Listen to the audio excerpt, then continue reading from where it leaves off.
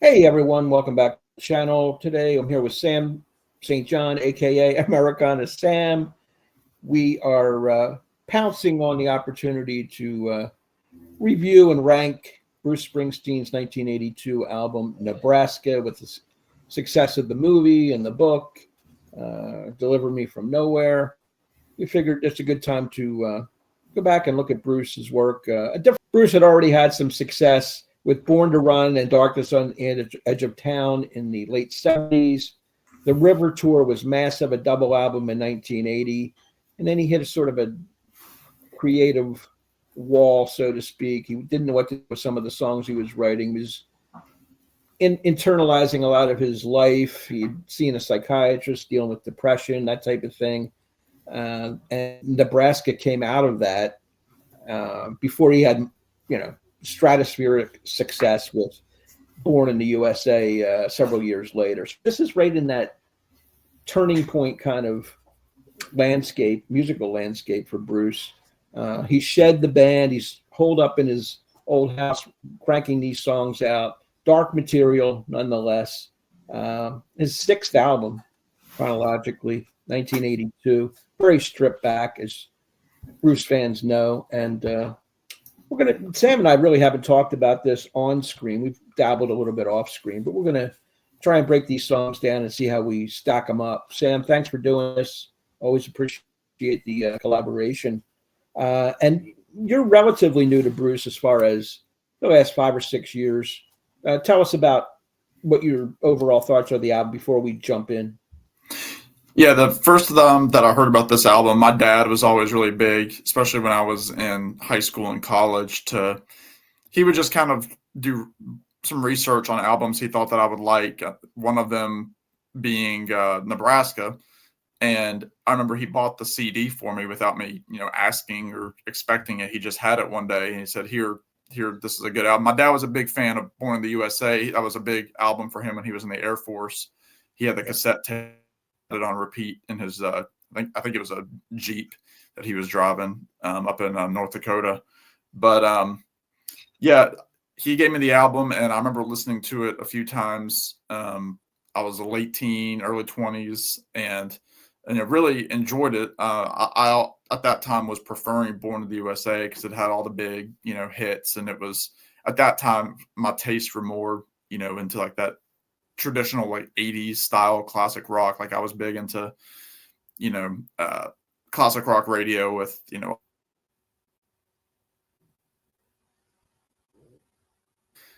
investing in this album and giving it some time, especially recently with the new box set, which I have right here. It's a 4 CD little set. It's really given me a new ear to listen to these songs, and yeah, I'm interested to see how we match. Yeah. 2 different styles and appreciation. It's going to be interesting. Yeah. Here's my original from 82. I remember I bought this the day it came out. Still holds up. Not too much wear and tear on that, considering. Yeah. But, what else are we going to talk about? Very stripped back. I watched a little interview with Bruce today, and he was talking about he was at a spot in his life where he looked around and he said, "Where's my home? Where's my partner? Where are the kids I thought I'd have by this age?" And it drove him to see a therapist, and he was driving around. He was going 4 or 5 times a week, driving down his old street, looking at his old house, kind of internalizing things, and his songwriting sort of created characters based upon his inner turmoil and demons.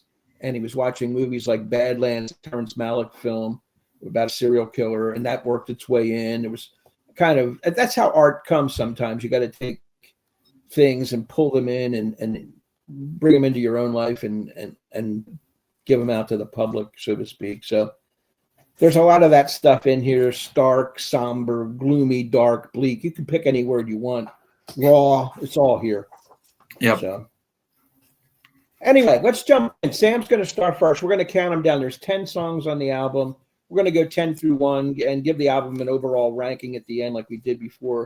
If you haven't checked out Sam and I's classic album series, we've done at least 25 albums or so around that in the past.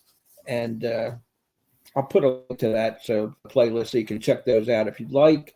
That was several years ago. We got into different things since then, but this may renew a little spark thing that we can look at maybe doing some future classic albums. But always fun to team up with Sam. So Sam, take it away. What's your number 10?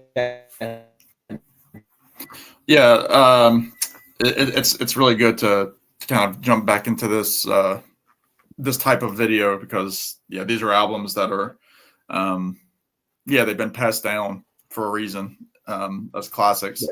But this was tough because so many of the albums have such a similar kind of style and theme to it. I mean, it seems like he's very interested in, law breaking, and he obviously had a tinge of like rockabilly running through a lot of the writing too. That was kind of, like very Elvis in a lot of these songs, like Sun Records. But the first song, number 10 for me, and again, none of these are bad songs. I think like all of these songs I would probably give like a 6 or a higher on. But I got to pick one. So number 10 for me is going to be State Trooper.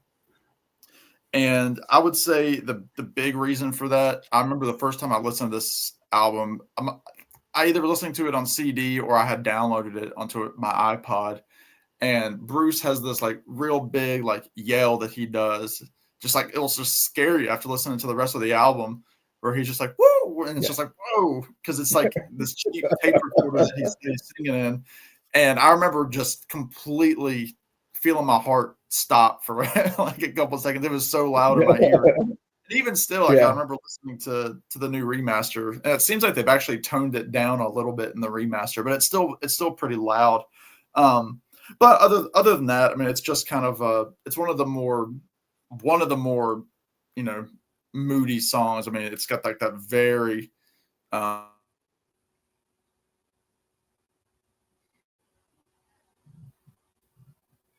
Trooper. So I mean, all the songs have great stories in them. But yeah, State Trooper for me is number 10 for that reason. Yeah, I've got it at number 10 also, believe it or not. We hit on one right off the bat. It's told really from the criminal perspective, this outlaw driving and begging the state trooper not to stop him. That's at the heart of it, because he's done something wrong, and please don't pull me over because there's going to be more consequences. That's basically what it's about. I love the howl or the hoot, whatever you want to call it. It adds a little essence to the character. But to me, this is the least fleshed out song on the album as far as character development and that type of thing. Some of the other songs we'll get into give you more of a backstory and more interesting imagery. So that's why it's number 10. All right, number 9 for me is going to be another one it's just not very memorable to me. And that's the song Used Cars. Again, great lines. I mean, he says, now, Mr. The day, the lottery I win, I ain't ever going to ride in no used car again. Again, just kind of a whole, he's always singing about the lower class, the rags to riches kind of idea. Lines like, I walk home on the same dirty streets where I was born. Up the block, I can hear my little sister in the front seat blowing that horn. I mean, it's good, it's solid, but it's just not very memorable to me. So Used Cars is number 9. Very good. I actually like that one a little bit better. It's a little higher on my list. Number 9 for me. Now, there's people that love this song. I just never really jumped on it as one of my favorites, and that's Open All Night. A real raw song, more upbeat and not as dark as some of the other songs.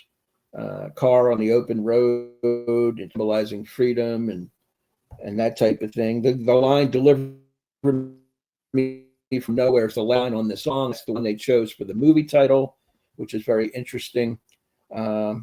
It's a good song, but I like 8 of them better on this, and that's why it's ranking at the bottom. I like the storytelling that he uses in these other songs, where you can picture the people, the characters, the situations a little bit better, and that's what I'm going by. Open All Night's number 9 for me. All right, number 8 for me is gonna the second to last track on the album. It's My Father's House, and before the video, I was watching the E Street Band do a version, I think from the Magic tour, which would have been what, like 05, 06, something like that. And they kind of do it with like Nils Lofgren is playing a pedal steel guitar, and I really like that version a lot. But it's kind of this, country-ish kind of undertone to it, this ballad again. But again, it's a song that he pulls out a little bit in concert.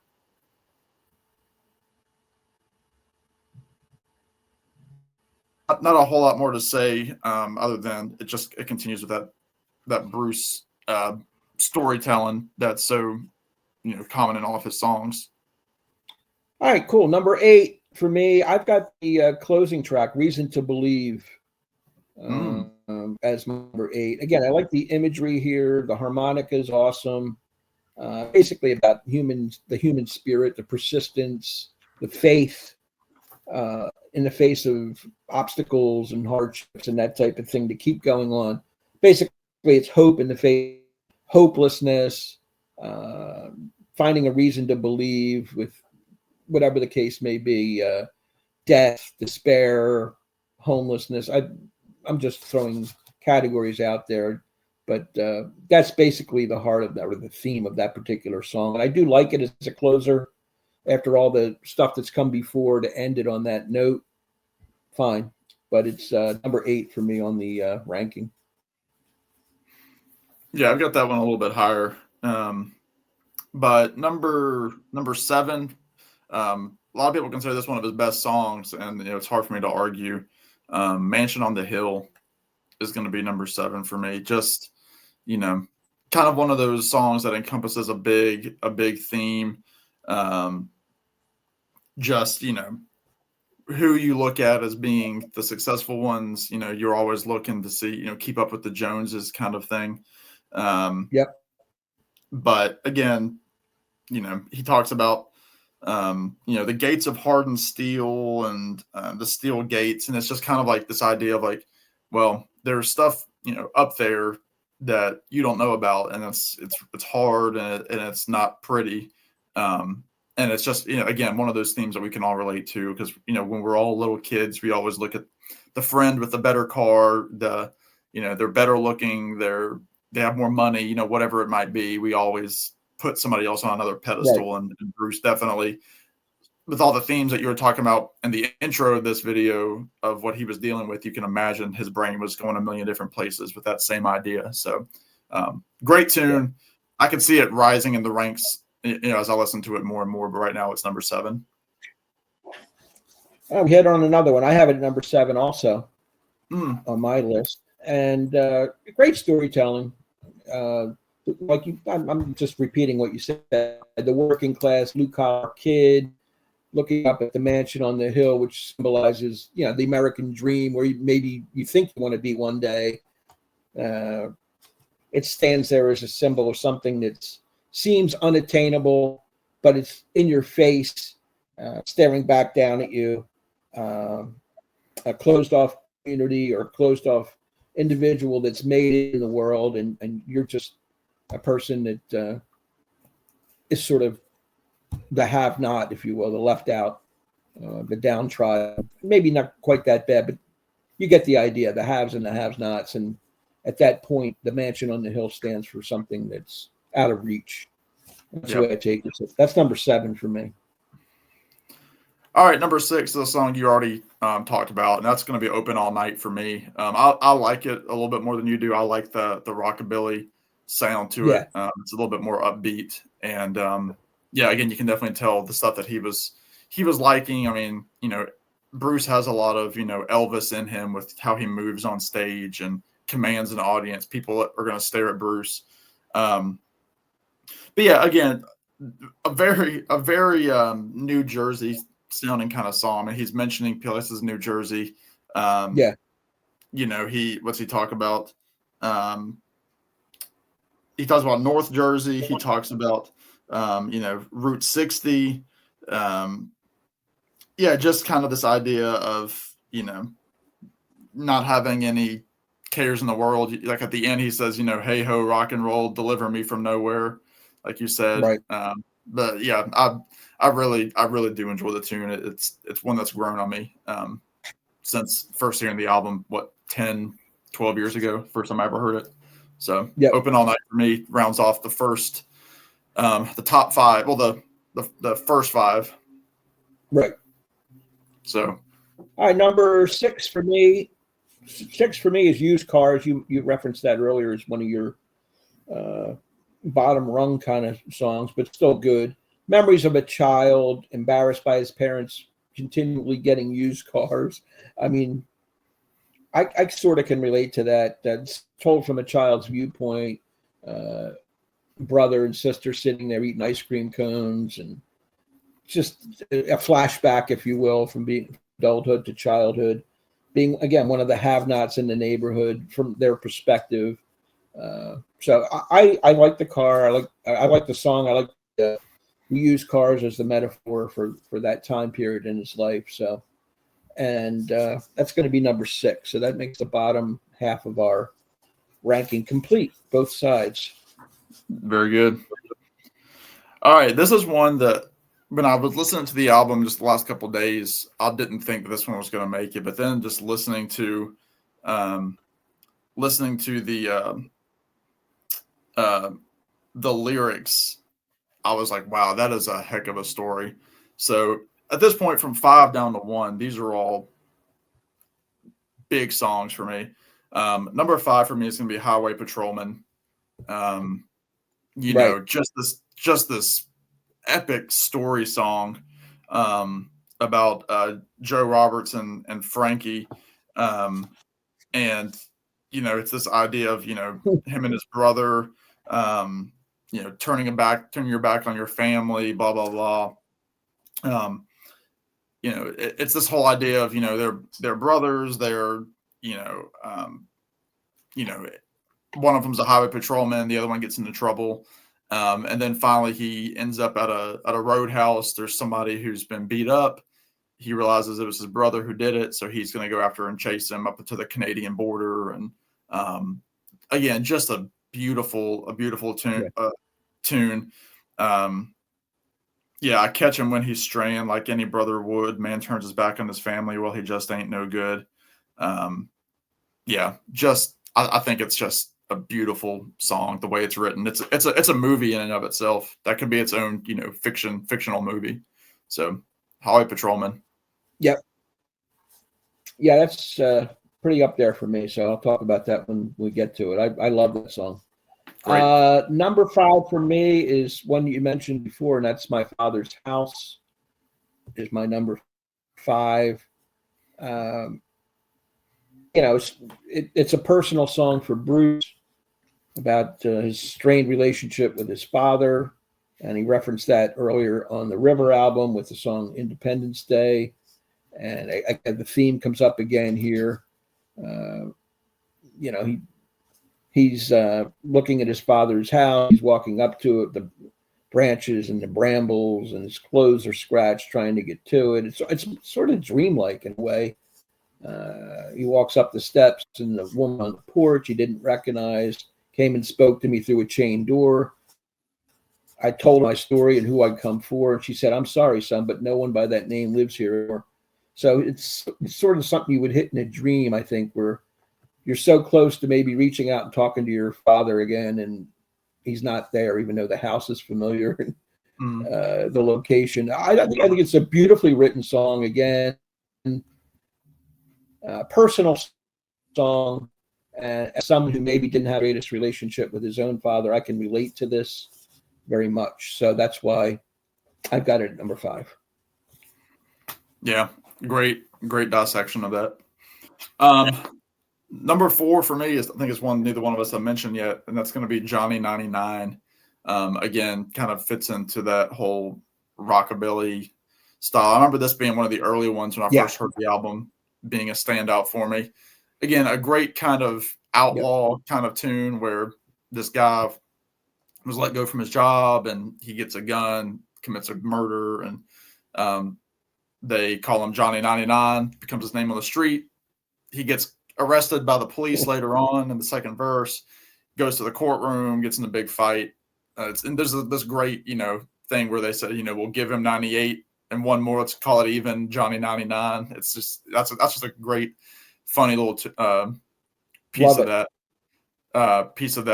story being kind of a little twist there. But yeah, just a great, again, rockabilly, Elvis-y kind of tune that I really, really like, and it rocks. So that's number 4. Yeah, it's like you stole my notes. That's my number 4, Johnny 99. The rockabilly, the normal guy pushed by circumstances to commit violence, losing his way in the world, laid off auto worker. You mentioned everything. 98 in a year. We'll call it even 99. That's my favorite line in the whole song. Yeah, basically a psychological portrait of a man unraveling at some point. So that's cool. We matched up on number 4 there with Johnny 99. Very nice. All right, that's 3 matches so far. So now we're in the top 3, and these were tough. But number 3 for me is going to be the title track, Nebraska.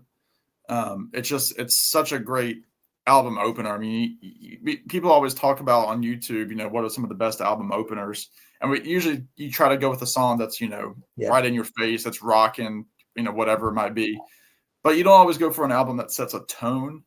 And this song sets the tone for the whole album. It puts you right smack dab into that cover right there of just flat, bleak, cold, farmland. And I love the harmonica in it. I love his voice. I love how he says Lincoln, Nebraska. I love how he says that.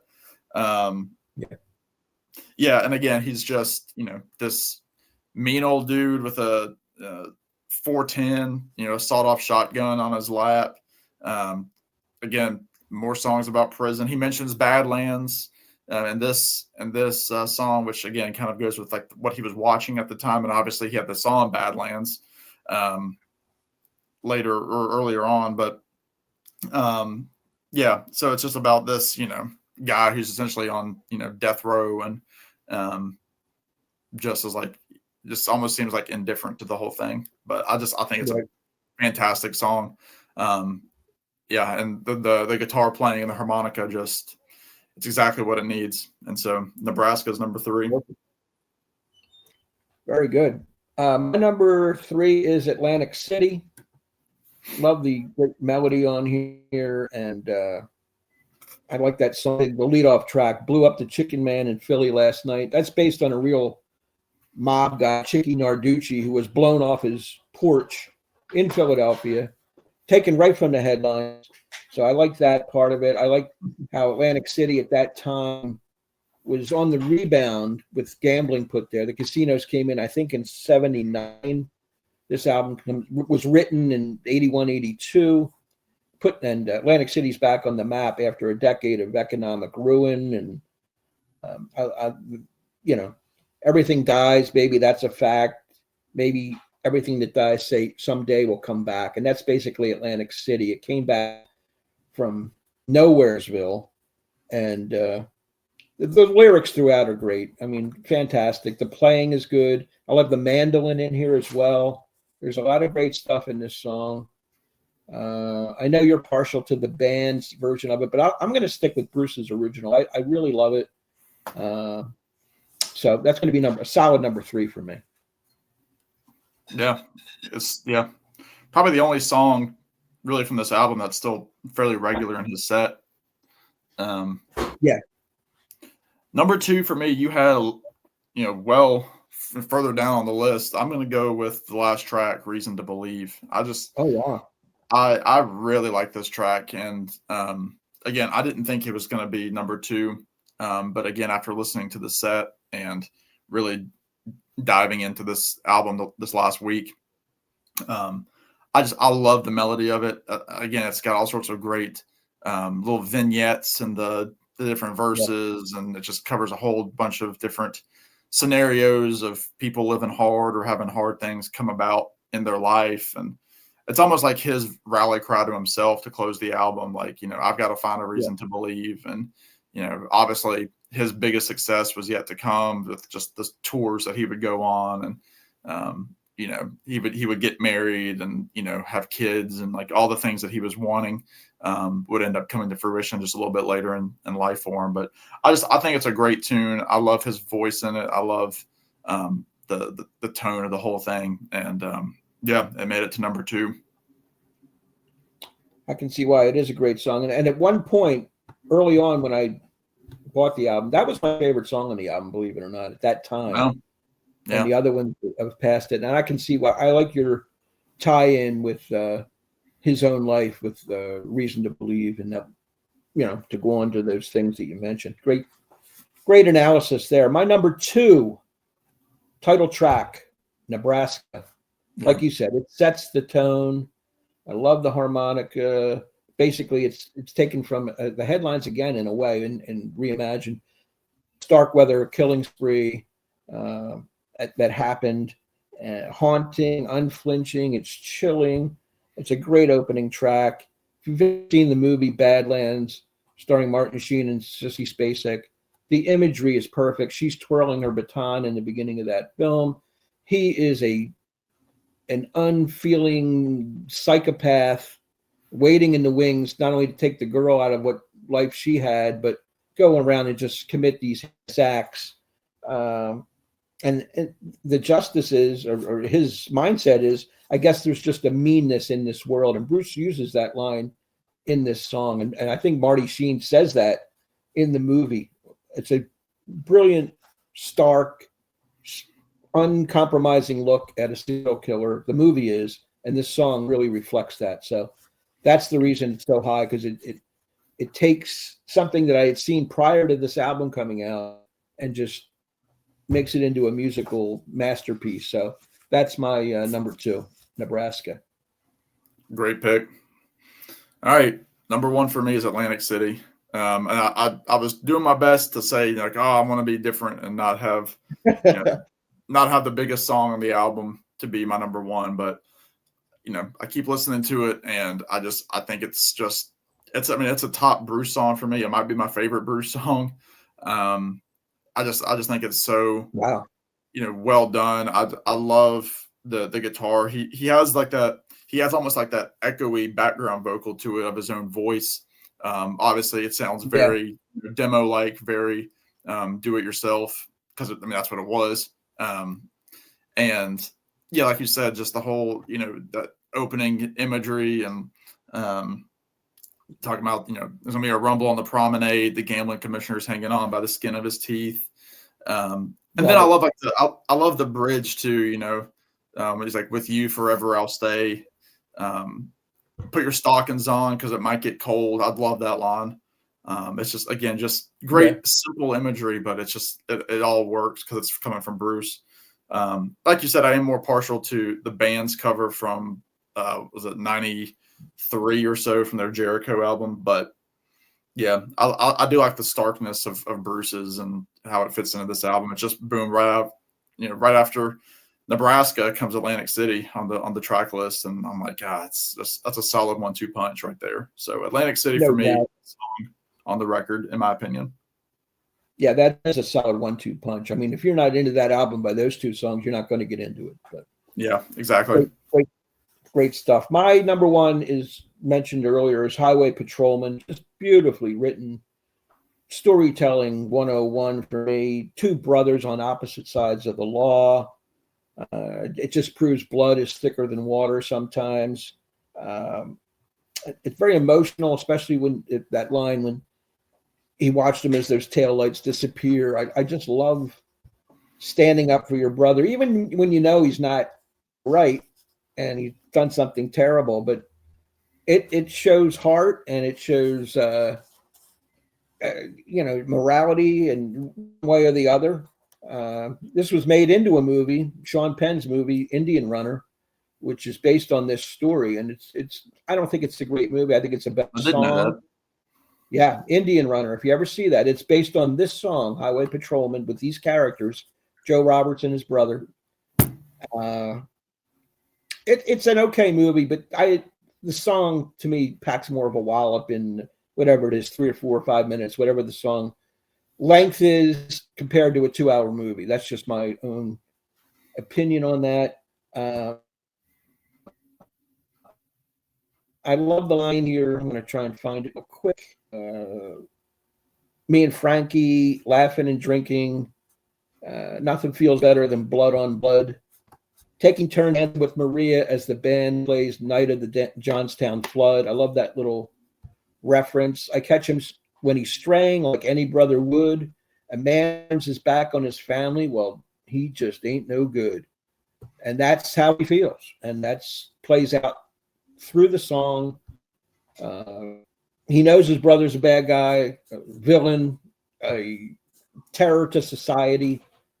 But if he can get him out of not only his life, but everybody else's life, he's going to let it slide. Yeah. I don't want to ruin the song for anybody, but that's what it's about. And I just love it. I think it's one of Bruce's better, more underrated songs. It isn't a crowd pleaser where you're up fist pumping and things like that. This is just a beautifully written song. I love it, the whole thing. So that's my number one for that reason. Yeah, it's a great story. It is. So that was interesting. We had some hits right on the button. We had some that were close, and a few that were spread apart, which is what you want in this kind of thing where you have two different viewpoints. So, yep. Very cool. Now we're going to do our classic album ranking, where we rank it from 1 to 10. 10 being the masterpiece, 1 being complete crap. So, Dan, what do you got? Yeah, I mean, like I said at the top, all these songs. The songs themselves are nothing lower than a 6 for each song. So, I mean, that means the lowest that I can make this would be a 6 out of 10. So again, I'm a harder ranker than a lot of people, but yeah, I think just because of, a couple of the songs being, a little bit, same, like I said, State Trooper, Used Cars, those are, they're okay songs to me. They're not A+ songs, but all I have to say, I would probably give the album about probably a high 7 or a low 8. So it's right in that wheelhouse. I would probably closer to an 8 than a 7. But yeah, it's a great album. Not where I would start with Bruce for any newbies, but it's a great songwriter album. I would start, if you're a newbie, start in the beginning and go through his journey musically. Yeah. I would start at the first couple albums, then you'll hit the greatness of Born to Run and Darkness, then the River, which is interesting, and then this finally, and then the resurgence with Born in the USA. I think it's a great journey to take, and it's the peak of his career. I mean, I'm not going to say that I love everything he's ever done. I don't, but that is the peak of his career. My album ranking, I rank it not only as a great album against all other albums, but against his own catalog, and that's going to be a 9.25. I think it's that good. I leave room for the better albums to get closer to the 10, but I think it's just a hair above a 9 for me, because it's 43 years old and all the songs are great. So that's my own opinion, and it stood the test of time. No, that's part of a great album, is lasting 43 years. Think of stuff that's coming out today. Is that going to be great 43 years from now? We don't know. Right. You got to wait and see and play it out. But this was a very risky undertaking for Bruce to put this out at a time when he already had a great deal of success, and he was going to have tons more. But it's an artistic piece, and that's where I look at it. And he even says 50 years from now, that's the one album he would want people to listen to for what it means to him. So wow, yeah, that carries a lot of weight. Anyway, thank you very much for watching. Thanks, Sam, for doing this with me. It was a great opportunity to talk about Bruce Springsteen at this time where he's in the news. So viewers out there, if you like this material, please give us a thumbs up. Subscribe to Americana Sam. I'll leave a link below for his channel. Please do so. Give us your own ranking, your favorite song off Nebraska. If you love it, if you don't like it, tell us why. We'd like to hear that too. For Sam, this is Rich. Thank you very much for watching, everybody. Take care, and we'll see you next time. Bye.